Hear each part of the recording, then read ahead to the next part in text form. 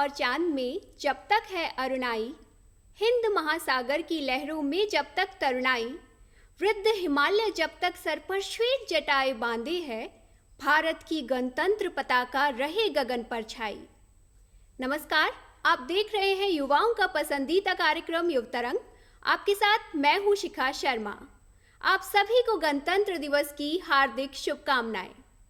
26 जनवरी 1950 वो दिन जब हमारा संविधान लागू हुआ और हर देशवासी विश्व के सबसे बड़े गणतंत्र का हिस्सा बनकर असीम खुशी को महसूस कर रहा था। हर दिल से बस एक ही आवाज़ आ रही थी और वो थी देश प्रेम की आवाज़, और हर धड़कन में हमारा देश ही बसा हुआ था। गुलामी की बेड़ियों को तोड़कर हमें स्वतंत्रता मिली और उसके बाद 26 जनवरी को हमारा संविधान लागू हुआ। उन लम्हों की खुशी को महसूस करना, उन लम्हों की यादों को महसूस करना ही हमें रोमांच से भर देता है।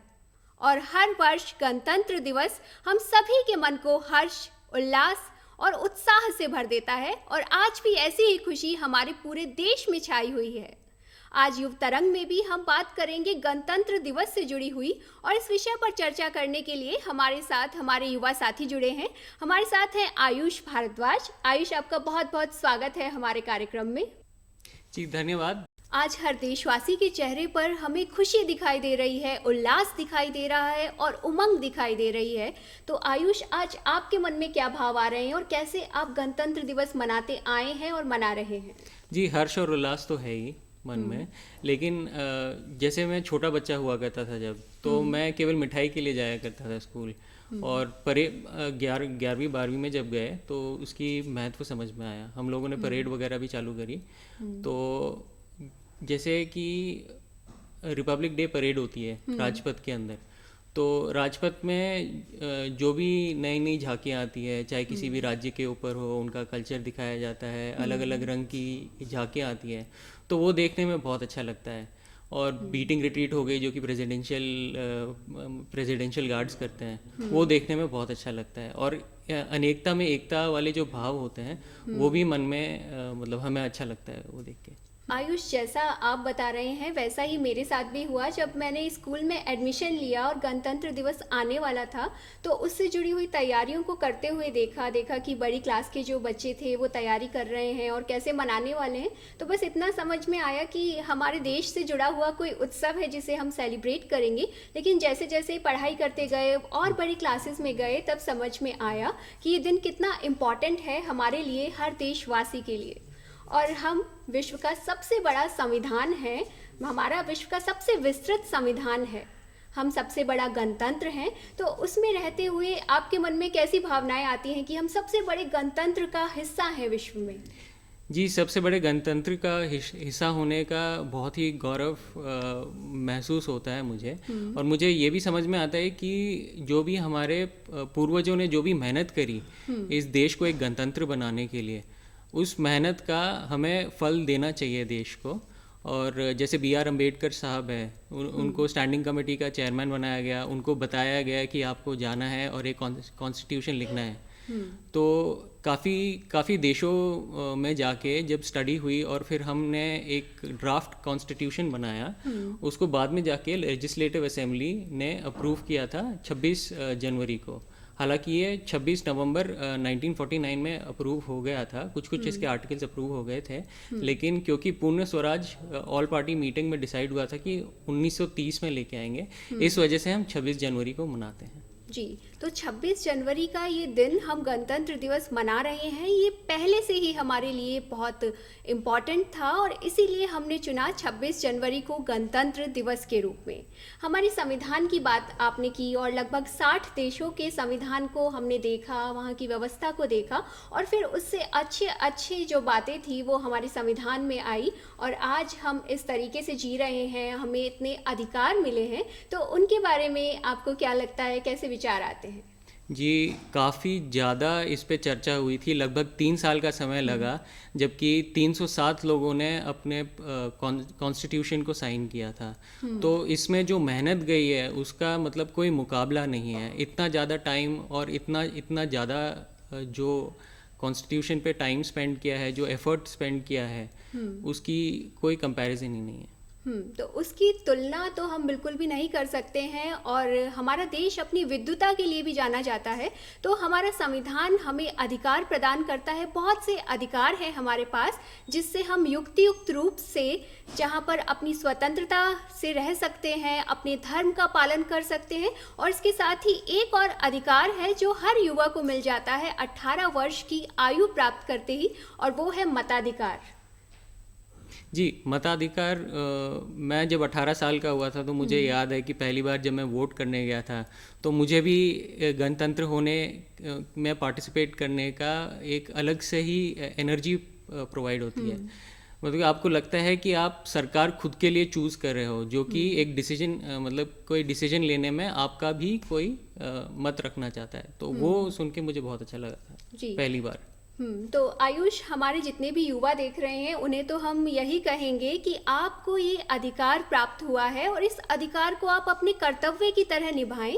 जब भी आप 18 वर्ष की आयु को प्राप्त कर ले तो मताधिकार आपको प्राप्त होता है, और इस अधिकार का प्रयोग आप हमेशा करें। जब भी आपको अवसर मिले तो कभी भी आप किसी भी कारण से इस अवसर को ना खोएं, बल्कि अपने मताधिकार का प्रयोग ज़रूर करें।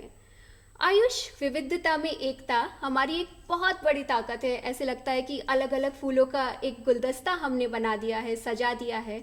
तो वो कैसा महसूस होता है? इतना सब कुछ है हमारे देश में। जी, जब आप झांकियों में भी देखते हैं, जब राजपथ पे वो झांकी होती है तो हर एक राज्य से अलग अलग झांकियाँ आती हैं, जिसमें कि अलग अलग रंग, अलग अलग प्रकार का कल्चर, अलग अलग खान पान, रहन सहन, वो सारी चीज़ें आपको बताती है कि अलग अलग राज्य में क्या होता है। लेकिन उसके बाद भी जब ये सारे राज्य मिलके एक देश बनाते हैं तो उसमें एक अलग सी ही एनर्जी रहती है, एक अलग सी ही एकता रहती है।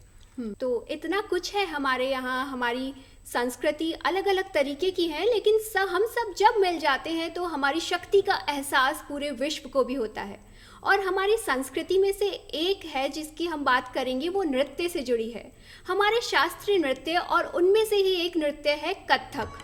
कथक का अर्थ कथा से भी जुड़ा हुआ है। जो कथक शब्द की उत्पत्ति है वो कथा से जुड़ी है, और उत्तर भारत के संगीत से भी जुड़ा हुआ ये नृत्य है। तो अब आयुष, हमने बात तो कथक की कर ली है, लेकिन जब कोई भी डांस फॉर्म की बात हो तो लगता है कि उसे देखे बिना कुछ अधूरा सा रह जाता है। तो आइए साथ में ये प्रस्तुति देखते हैं हम।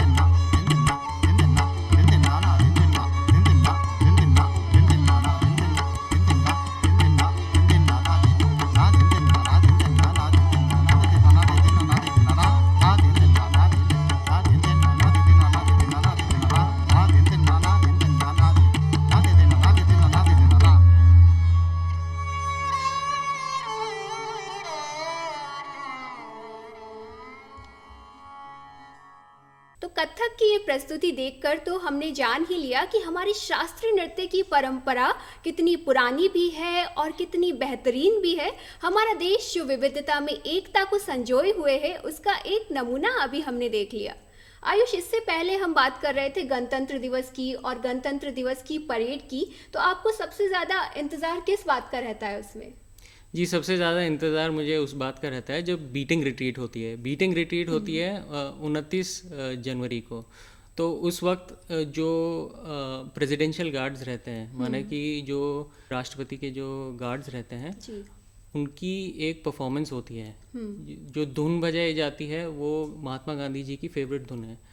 तो वो सुन के मेरा भी जो मन है वो प्रफुल्लित होता है। और जिस तरीके से अलग अलग राज्य के प्रधानमंत्री हो गए, राष्ट्रपति हो गए, उसमें आके अपनी अपनी बातें मतलब देखते हैं और अपनी बातें रखते हैं। सब लोग घुलते मिलते हैं, हर एक राज्य के मुख्यमंत्री आते हैं। तो उस वातावरण की बात ही अलग है। तो उस वातावरण की तो बात अलग है, ये तो आपने कहा आयुष। लेकिन अगर मेरी बात करूं तो मैं जब गणतंत्र दिवस की परेड होती है तो हर एक बात को ऐसे उत्सुकता रहती है वो देखने के लिए। और जो सबसे ज़्यादा मुझे इंतज़ार रहता है वो मेरी नज़रें टिकी रहती हैं कि कब वो क्षण आ जाए जब मैं आकाश में हमारे जो वायुसेना के विमान हैं उन्हें फ्लाई पास्ट करते हुए देख सकूं, उन्हें देख सकूं कि वो किस किस तरीके से करतब कर रहे हैं और हमारे देश की सीमा वायुसेना जिस तरीके से रक्षा करती है हमारे देश की, वो भी देखने को मिलता है और शक्ति का एहसास भी होता है। तो हमारे बहुत से युवा साथी भी होंगे जिनका सपना भी होगा वायुसेना में जाने का। जी बिल्कुल, जो फ्लाई पास्ट है वो मेरा भी फेवरेट शो है। उसमें जो फूलों की वर्षा होती है और जो फ्लाई पास्ट करते हैं प्रेसिडेंट जी के सामने से, तो उससे एक ताकत का प्रदर्शन होता है। जो अलग अलग टैंकें आती हैं उसको देख के मेरा भी मन करता है कि मैं या तो वायुसेना में जाऊं या थल सेना में जाऊं। तो उससे एक जोश रहता है कि हाँ, मैं भी इसका हिस्सा रहना चाहता हूँ। तो जैसा जोश आयुष आप बता रहे हैं वैसा हमारे बहुत से युवा साथियों को लगता होगा कि वो भी वायुसेना से जुड़े और उनका भी सपना हो सकता है कि वो किसी भी तरीके से आसमान से जुड़ी वायुसेना का हिस्सा बनकर हमारे देश के लिए काम करें, हमारे देश की रक्षा के लिए काम करें। और आयुष, इससे पहले हम बात कर रहे थे गणतंत्र दिवस से जुड़ी हुई, वहाँ पर किस तरीके से परेड होती है। तो वहाँ पर एक और जो बात मुझे बहुत अच्छी लगती है, आपने भी देखा होगा कि हमारे वीर बच्चे जब वो निकलते हैं वहाँ पर सबको वो अभिवादन करते हुए निकलते हैं और उन्हें सब देखते हैं तो बच्चों से लेके युवा और बड़े सबकी आंखों में एक चमक होती है। तो उस क्षण में आपको क्या लगता है? जी, काफ़ी अच्छी बात है कि हमें दिखता है कि वहाँ पे युवा जो हमारे साथी हैं वो जाके रिपब्लिक डे परेड का पार्ट रहते हैं।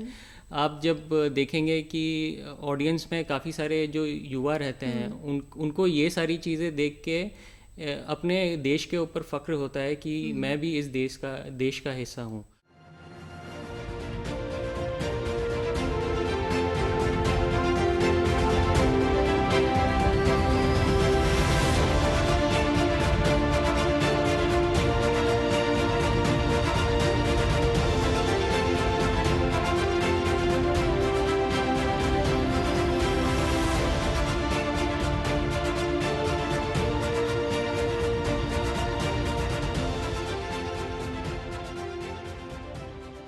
जिस तरीके से आगे जो डिस्प्ले होता है ताकत का या फिर प्रगति का, वो देख के उनमें भी एक उत्साह आता है और उनमें भी एक आगे कुछ करने की इच्छा रहती है, एकदम से जागरूक होती है। और मैं तो ये चाहता हूँ कि हर एक व्यक्ति, हर एक युवा जाके गणतंत्र दिवस का प्रोग्राम देखे, जो कि सुबह हुआ था। मुझे पता नहीं काफ़ी लोगों ने देखा भी होगा, लेकिन मैं तो उसको हमेशा देखता हूँ। और आयुष, कुछ ऐसा ही मेरे साथ भी है कि उस समारोह को तो मैं हमेशा देखती हूँ। और जब भी जनवरी की शुरुआत होती है ना तो मन में आने लगता है कि बस इस महीने में हमारा राष्ट्रीय पर्व आएगा और एक अलग ही उत्साह और उमंग महीने की शुरुआत से ही शुरू हो जाती है। और जिस तरीके से हमारे जो भी पर्व आते हैं हमारे घर में खुशियाँ लेकर आते हैं, हमारे समाज में खुशियाँ लेकर आते हैं, उसी तरीके से हमारा राष्ट्रीय पर्व भी हमें बहुत सारी खुशी का एहसास करा देता है। लेकिन हम अब की तो बात कर रहे हैं हमारे गणतंत्र दिवस की, लेकिन लगता है कि जब हम पहले के वक्त की सोचते हैं, जब हम आज़ाद भी नहीं थे, तो क्या उस वक्त ये सोच पाना कि हमें इतने अधिकार मिलेंगे और हम इस तरीके से खड़े होंगे, हम युवाओं को इतने अवसर मिलेंगे, संभव था? जी, अभी जो हमें अवसर मिल रहे हैं या जो भी हमें अपॉर्चुनिटी मिल रही है, वो आप 1947 से पहले नहीं सोच सकते थे, क्योंकि जो देश था वो अधीन था या तो अंग्रेज़ों के अधीन था या जो अलग अलग राज्य थे उनके राजा हम उनके अधीन थे।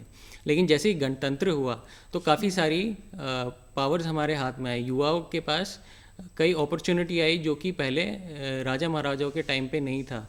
आप कई चीज़ें कर सकते हैं जो उस समय हम सोच भी नहीं सकते थे।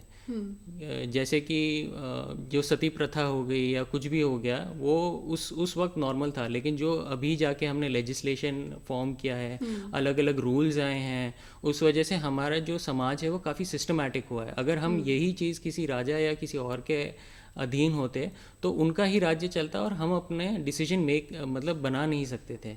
लेकिन अब जब डिसीजन मेकिंग पावर हमारे युवाओं के हाथ में आई है, हमारे लोगों के पास में आई है, तो इसका हमें पूर्ण रूप से इसका फ़ायदा उठाना चाहिए और हमें आगे बढ़ना चाहिए।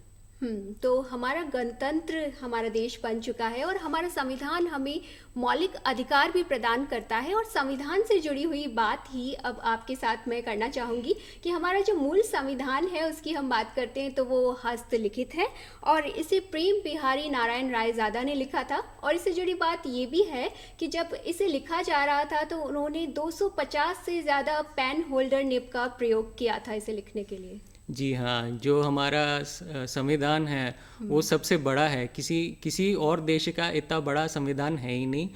और अगर आप देखने जाओगे तो जो इसकी बनाने में जो समय लगा था वो तीन साल के आसपास लगा था। और हैंड रिटन कॉन्स्टिट्यूशन होने के वजह से इसमें काफ़ी ज़्यादा मेहनत गई थी। 307 मेंबर्स जो थे उस टाइम लेजिस्लेटिव असेंबली बुलाया करते थे, पार्लियामेंट नहीं हुआ करता था। तो जो 307 मेंबर थे उन लोगों ने वार्तालाप करी, मतलब विमर्श किया एक दूसरे से। उसके बाद 3 साल की कड़ी मेहनत के बाद जब कॉन्स्टिट्यूशन आता है हमारा, तो उसमें मुझे नहीं लगता कि कोई भी, ना तो वैसे तो कमी है नहीं, लेकिन कोई कमी थी ही नहीं। और हमारा जो संविधान है उसका मूल प्रति है उसे नंदलाल बोस की अगुवाई में एक टीम ने चित्रित किया था, सुंदर बनाया था। और संविधान की अभी आपने बात की तो हमारा संविधान ना कठोर है ना लचीला है। कुछ देशों के संविधान की हम बात करते हैं तो वहाँ उनमें संशोधन करना संभव नहीं होता है क्योंकि नियम इतने सारे होते हैं, संशोधन नहीं हो पाता है। और कई जगह संविधान ऐसे हैं जहाँ पर संशोधन करना बहुत आसान होता है। लेकिन हमारे देश में एक मध्य वाली अवस्था को अपनाया है संशोधन करने के लिए, जिसकी अलग अलग प्रक्रियाएं हैं। तो हमारे संविधान में संशोधन करना, ना हमारे संविधान को ना हम लचीला कह सकते हैं और ना ही कठोर कह सकते हैं जी। और हमारे बहुत सारे कर्तव्य भी जुड़ जाते हैं। आयुष, हमारा संविधान हमें ये भी सिखाता है कि आपको इतने अधिकार मिले हैं लेकिन आपको अपने कर्तव्यों का पालन भी करना है। जैसे एक माता पिता अपने बच्चों को अधिकार देते हैं तो साथ में बताते भी जाते हैं कि अधिकार तो मिल रहे हैं आपको, लेकिन अपने कर्तव्यों को कभी भी नहीं भूलना है। जो राइट्स हैं और जो आपके रूल्स हैं वो एक साथ चलते हैं। तो इसमें क्या, जो आपको राइट्स मिले हैं उसको आपको एकदम सही तरीके से यूटिलाइज करना है। जैसे राइट टू वोटिंग हो गया, तो आप अपनी सरकार एकदम सही तरीके से चुनिए। अब और भी जितने भी राइट्स हैं हमारे पास, उनका हमें दुरुपयोग नहीं करना चाहिए। तो हमें जितने भी अधिकार मिले हैं उनका हमें सदुपयोग करना चाहिए। और अधिकार और कर्तव्य हमारा संविधान हमें इस तरीके से देता है कि वो एक सिक्के पे ही जुड़े हैं, दो पहलू हैं। अगर हमारे पास अधिकार हैं तो हमारे कर्तव्य भी हैं कि हम हमारे देश के लिए काम करें, हमारे देश की एकता और अखंडता को बनाए रखने के लिए काम करें, और हमारे जो कर्तव्य हैं उनका भी पालन करते रहें हमारे देश की एकता के लिए और अक्षुण्णता बनाए रखने के लिए। आज गणतंत्र दिवस है और गणतंत्र दिवस से जुड़ी हुई बहुत सारी यादें होंगी। तो आपका परिवार किस तरीके से मनाता है गणतंत्र दिवस को, किस तरीके से सेलिब्रेशन होता है? सब साथ में होते हैं? जी, सब साथ में होते हैं। जब मैं आपको पहले बचपन की बात बताता हूँ, जब बचपन में क्या होता था कि पहले हमारी परेड या असेंबली होती थी, तो उसमें पूरा परिवार जाता था साथ में। तो जब हम परेड करने जाते थे तो हमारे माता पिता और दादा दादी उस परेड में आते थे और हमें परफॉर्म करते हुए देखते थे। उस टाइम पे एनुअल परफॉर्मेंस भी होता था, अलग अलग स्पोर्ट्स एक्टिविटीज़ होती थी। फिर उसके बाद जब हम घर वापस आते थे तो 9-10 बजे के आसपास अपनी ये राजपथ पे परेड चालू थी, तो वो भी देखा करते थे। फिर उसके बाद क्योंकि छुट्टी का दिन हुआ करता था तो हम बाहर भी जाते थे, अलग अलग जगह पिकनिक भी मनाते थे, और ये चीज़ ध्यान में रखते थे कि अगर हम गणतंत्र हुए हैं तो हमें उसका अच्छी तरीके से पालन करना चाहिए, सारे रूल्स रेगुलेशंस फॉलो करने चाहिए। जी, तो ये तो हमारे गणतंत्र की बात है कि किस तरीके से लगभग आज सभी परिवारों ने इसी तरीके से गणतंत्र दिवस को मनाया होगा। हर घर में खुशी होगी, हर देशवासी का दिल भी बहुत ही खुश होगा। लेकिन हमारा देश, हम कह सकते हैं कि बौद्धिक संपदा भी है हमारे पास, और बहुत कुछ ऐसा है जो हम देते आए हैं शुरू से। प्राचीन काल से हमारा देश पूरे विश्व को देता आया है। विश्व बंधुत्व की भावना भी रही है, और इस एक ऐसा ही उपहार हम योग को भी कह सकते हैं। जी बिल्कुल, योग जो है वो आध्यात्म की बात नहीं है, उसे आपका मन और तन दोनों जोड़ता है। अगर आप देखा जाए तो वेस्टर्न कंट्रीज़ में पहले एक्सरसाइज की जाती थी, लेकिन अभी वो लोग भी योगा अपना रहे हैं। योगा एक तरीके का ट्रेंड बन गया है वेस्टर्न सोसाइटी में, और ये एक माध्यम है जिससे आप अपना शरीर अच्छी तरीके से खोल सकें और आपके शरीर का सही उपयोग कर सकें। तो ना केवल वेस्टर्न सोसाइटी बट इंडिया भी अभी अडॉप्ट करना चालू हुआ है, और जिस हिसाब से अगर आप योग करेंगे तो आपकी खुशी भी बनी रहेगी और आपका जो शारीरिक क्षमता है वो भी बढ़ेगी। तो यूनाइटेड नेशंस ने भी योग के महत्व को देखते हुए दिसंबर 2014 में अंतर्राष्ट्रीय योग दिवस मनाने की निर्णय ले लिया था, और इसके साथ ही यूनेस्को ने भी अमूर्त सांस्कृतिक धरोहर के रूप में योग को शामिल किया है। तो ऐसा बहुत कुछ है जो हमारे देश ने संपूर्ण विश्व को दिया है। हमारे देश ने सिखाया है कि कैसे हम अलग अलग होते हुए भी एक साथ रह सकते हैं, कैसे हमारे भाईचारे की भावना हमें एक बनाती है, और मुश्किलें कितनी भी बड़ी हो, जब हम साथ होते हैं, हमारी संस्कृति से जुड़े होते हैं, हमारी जड़ों से जुड़े होते हैं, तो हर मुश्किल का सामना कर हम उन्नति की राह पर चलते हैं। और आज आयुष, आप हमारे साथ जुड़े और गणतंत्र दिवस से जुड़े अपने अनुभव बताए, हमारे साथ गणतंत्र दिवस को सेलिब्रेट भी किया, आपको बहुत बहुत धन्यवाद। और हमारे युवा साथियों से भी आज गणतंत्र दिवस पर यही है कहना कि आपको कुछ अधिकार मिले हैं, आपको कुछ कर्तव्य भी मिले हैं, तो आपको बस उन बातों को ध्यान रखना है जो हमारा संविधान हमें सिखाता है। हमारे राष्ट्र के लिए काम करना है, हमारे देश की तरक्की के लिए काम करना है, अपना भी विकास करना है और अपने देश को भी उन्नति के शिखर पर लेकर जाना है। फिर होगी आपसे मुलाकात एक नए विषय के साथ, तब तक के लिए दीजिए अनुमति। नमस्कार।